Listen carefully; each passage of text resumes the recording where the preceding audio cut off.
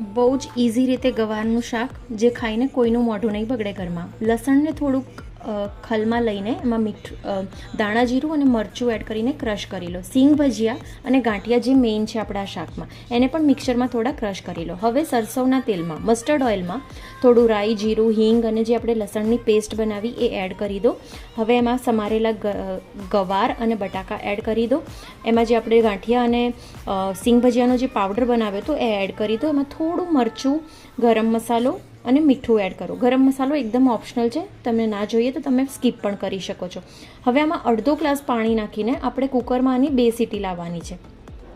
રસો એકદમ જાડો થઈ જશે અને ગવારનું શાક એકદમ ટેસ્ટી બનશે. તમે જ્યારે કુકર ખોલશો ત્યારે જ એમાંથી તમને એક અલગ જ સ્મેલ આવશે. આને તમે રોટલી, ભાખરી યા પછી બાજરીના રોટલા સાથે સર્વ કરો, બહુ મજા આવશે.